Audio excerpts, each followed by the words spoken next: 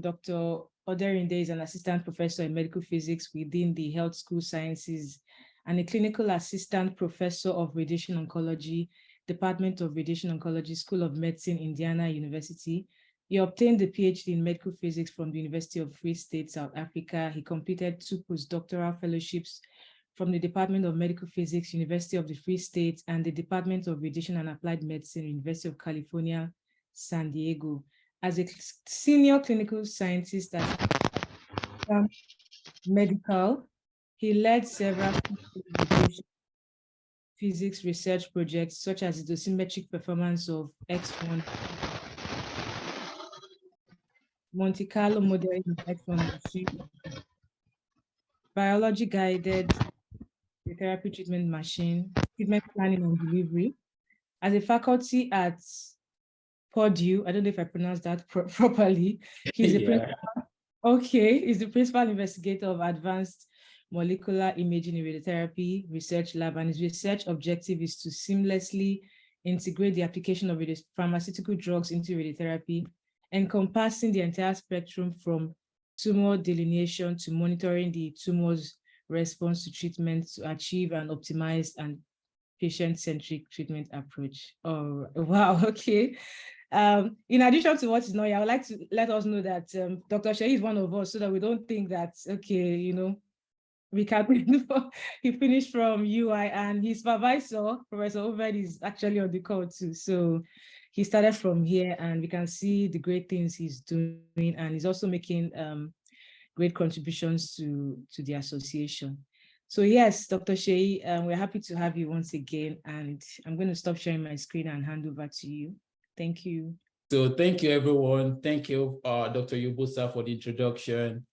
And today I'll be talking about spatially fractionated radiotherapy and what we need to know. So it's my pleasure to talk about one of my research interests, and it's currently one of the hot topics in medical physics. And I hope at the end of today's presentation, we can also make this one of your research interests. And because this is my first time of talking about this in this meeting, I'm going to spend today to talk about what we need to know. If I have the privilege to come back, then we'll start talking about. So I'm trying to move. So if I have the privilege to come back, then we'll talk about the clinical applications of SFRT.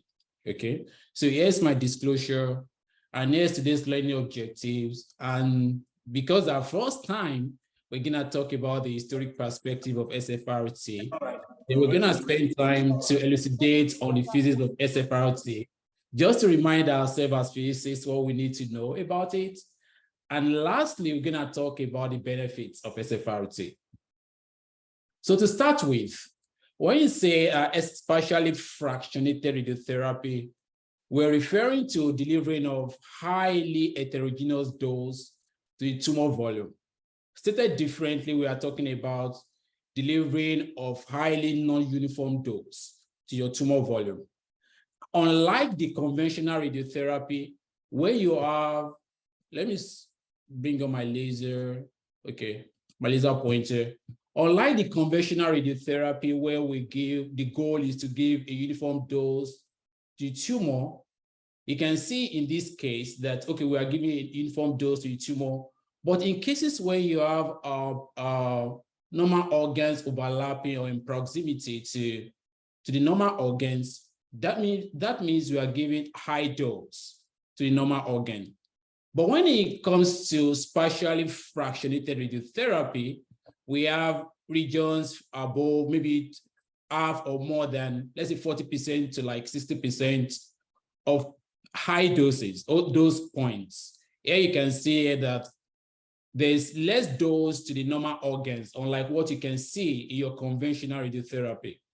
So this is what we call spatially fractionated radiotherapy. So it's interesting to let you know that spatially fractionated radiotherapy is as old as X-ray therapy itself. So X-ray therapy was born in 1895 by Röntgen, and it was was rewarded with Nobel Laureate Prize for his brilliant discovery in 1901. So it became clinically useful by the Swedish and Austrian practitioners. And here is a case of a breast cancer patient with auto voltage. And there's no shielding. This was in 1903. And in this case, we're gonna know that, okay, this patient is gonna suffer from a lot of skin damage. So they realized that with X-ray therapy at auto voltage radiation, that many patients will suffer a lot of skin damage. So they quickly understand this is the problem. And when you look at those distributions, let's say comparing the red dotted lines for the kilovoltage and the blue dashed lines for the mega voltage electron, you're gonna see here that the maximum dose is distributed on the surface, or like for the MEV, where you have the maximum dose at a depth within the body. So they realized that with auto voltage, most patients will suffer a lot of skin toxicity. So in 1909, these German radiologists invented what we call perforated screen. They call it SIEV. So which we now call grid. So when you think about SIEV, you remember what we have. If you're a very good cook like me, you might have one or two of this in your kitchen. So you think about something like this, like SIEV, and it develops something like this with iron wire. And here's an example of a patient that they use this auto voltage, and the patient is holding the perforated screen. And this doctor treated a lot of patients using this modality, and they achieved a remarkable result. And he was able to increase the dose from, to like times 10 to 20 times of what it normally gives to those patients. So the following year, moving to 1933, this became widely used in the United States. Then they're no longer using iron wires. They started using lead of 2 millimeter in thickness with a round aperture 3 millimeter in diameter. And 1934 became something of interest when it comes to reducing toxicity. And later on in 1935, another person came up with, okay, putting aluminum foil lining in your lead perforated screen. So later on, they started using grid to reduce radiation dose to the skin and to subcutaneous tissue while treating deep-seated tumor with high dose. So in those era, they used this. It became a publicly known method when it comes to reducing dose toxicity. However, this did not last for long, because the advent of linear accelerator that can generate mega voltage beam, and basically you can conveniently treat deep-seated tumor and also reduce the dose toxicity even to the skin. So SFRT fell out of favor with the advent of linear accelerator. And as physicists, if you want to look at our dose distribution, again, I see that with SFRT, you have the maximum dose distributed in the depths of the tissue. And what we have on the skin is less than maybe 20 or 30%, unlike what you're gonna do with your superficial auto voltage X-ray. So the question now is, in the era of mega voltage radiotherapy, is there still a need or needs for SFRT? So before I answer this question, let's spend time to talk about the physics of SFRT. Here is a patient with lung cancer, and here you can see the peak dose. You can also see the valley dose.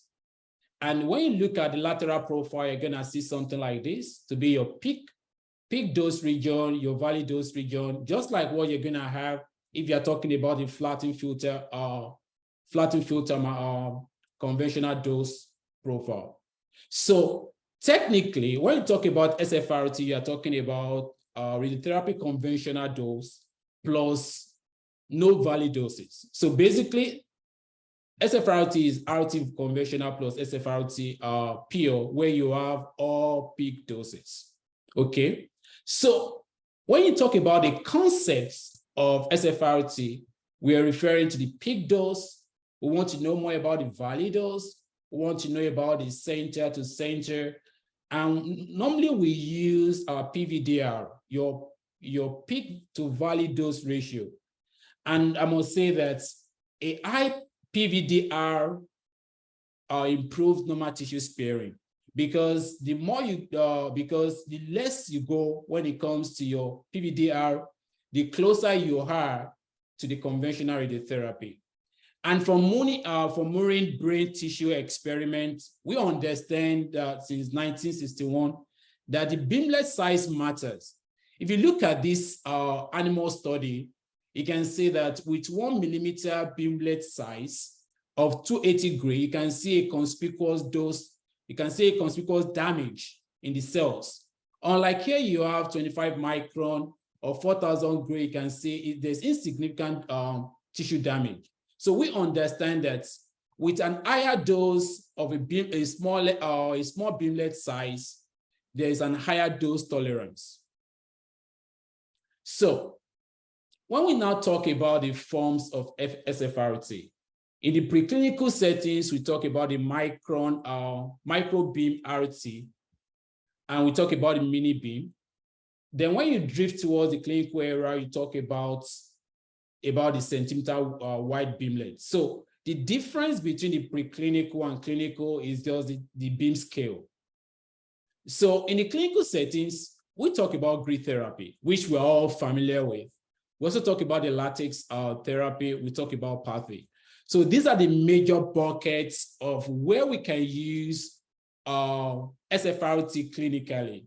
And when you talk about the pathway, we talk about partial tumor irradiation of hypoxic segments. I'm gonna talk about each of these now. So with grid therapy, these are the two commercial grid blocks, and how you can use it in your clinic is to insert it into your accessory tray. So, I mean, for especially those centers that have a CM Linux. And on your SSD, you're gonna see your non-uniform dose distribution. However, if in your center you don't have CM Linux, maybe you have Ethos, Arceon, Tomotherapy, those are gantry O-ring Linux without accessory trays. You won't be able to do two-grid radiation field distribution. You are limited to lattice. And I must tell you that with lattice, you have a better advantage because you're going to have a lot of particle scattering in the linear care. But here, you're going to have, this lattice is being defined by your MLCs, not by grid material that's being inserted into the linear care. So this is a very good option for centers that have O-ring gantry on Linux. So then when we talk about pathway, this was invented by a German doctor in 2019. So it made us to understand that due to the hypoxic behavior of the tumor, that you should give a peak dose. Give a peak dose to where you can see the hypoxic behavior of the tumor. And for you to do that, you need to inject the patient with molecular imaging. So let's say with PETs. So with PET, you can see the region where there's a high uptake in tumor cells. And once it did that, it gave, I think we have a background noise. So if we give a high dose to that region where we have these hypoxic tumor cells, they saw tumor regression, unlike if you give the high dose to the pneumosic tumor cells. Basically, there's going to be tumor progression. So when you now think about the dosimetry of SFRT, here is an experiment that was done in 2022, and for 10 by 10 cm jaw settings. This is a grid therapy experiment, and you can see your Dmax. There is insignificant difference in terms of the Dmax dose. But when you go deeper into across the depth, at D10. At D10 for grid, you can see that your D10 will be 60%, while for your conventional radiotherapy is going to be something around 70. So what we learned here is that if your region of interest to be treated is here, you're going to, in terms of SFRT and conventional radiotherapy is the same. But if beyond that region, you're going to reduce dose toxicity. Even look at your exit dose, it's very limited.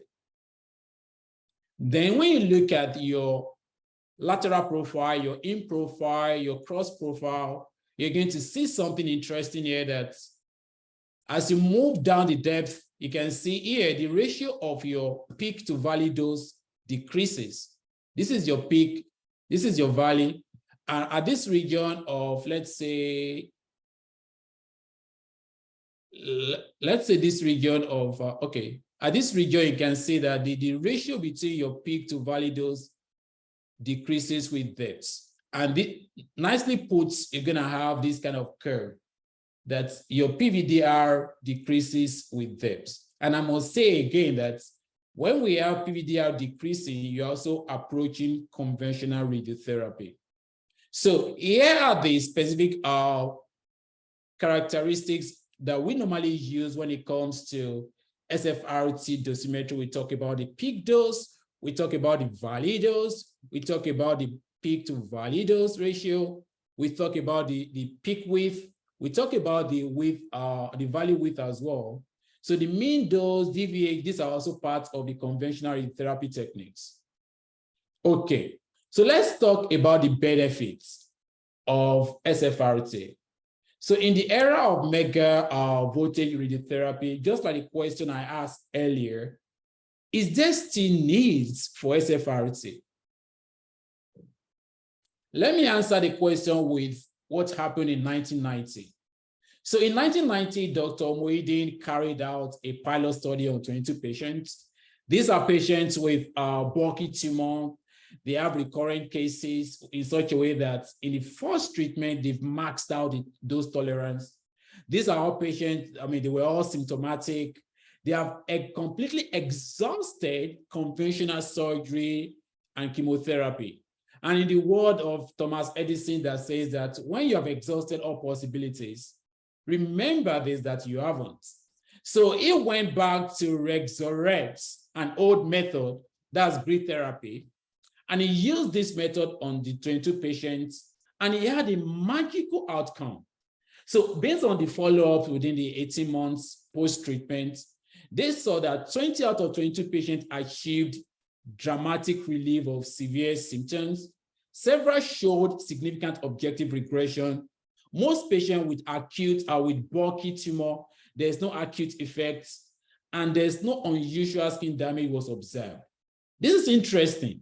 So they realized that there's a magic when it comes to the secret source of SFRT, which you have not been able to answer until now. So, but we know one thing that's from the genesis, that there's normal dose sparing. From Genesis, when they started talking about SFRT in 1909, we know there's always normal tissue sparing based on this diagram. So we understand that we're going to achieve normal tissue sparing. But now they are seeing something different. And this, what we are seeing right now, is anti-tumor immune response based on SFRT.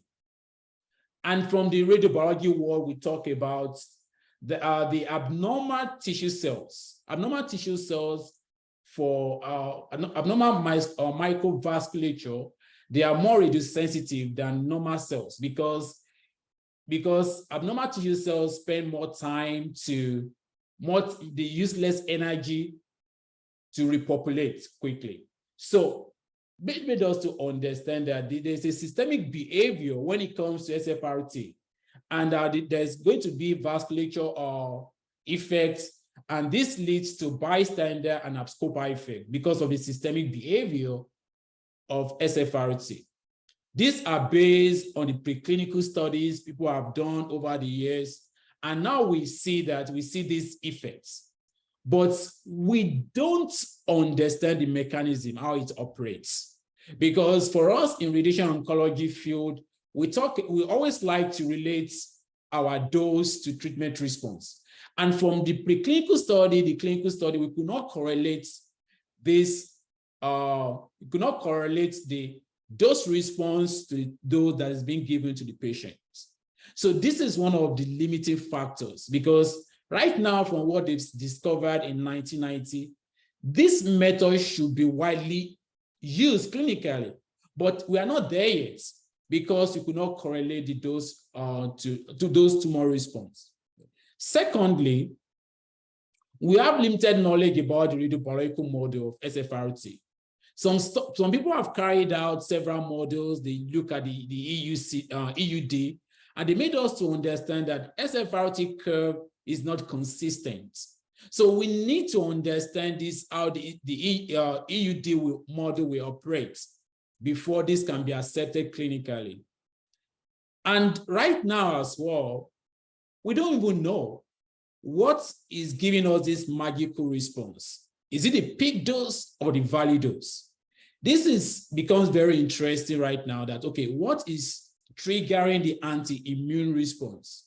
We all know that when you decrease your PVD, you are moving closer to your conventional radiotherapy. But we need to know that, okay, what is actually triggering the anti-immune response? So these are the few limitations that is hindering the clinical use of SFRT.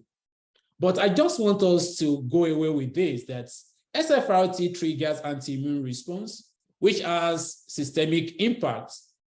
And I also want us to know that SFRT will be considered as an available option for exhaustive therapy approaches. I mean, when you think that you have completely exhausted the available opportunities, it's a very good time to start talking about SFRT, especially for recurrent cases in our clinic. We don't have several options.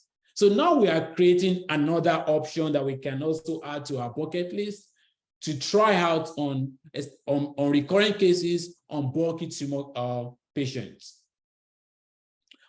I just also want us to understand that the best clinical use of SFRT is likely not monotherapy. It's not going to be a single treatment modality we can use, but because it alters the tumor microenvironment, it could be used as a primary therapy before you now use your conventional radiotherapy. And this is a hot research topic in medical physics. And many questions are yet to be answered clinically. And this is a very good time for anyone to jump on it and to bridge the gap, or to bridge the knowledge gap when it comes to a lot of questions we have not answered. It's a very good time for everyone to jump on it and to start contributing their own quotient to SFRT research outcome. So thank you so much, and I look forward to your questions.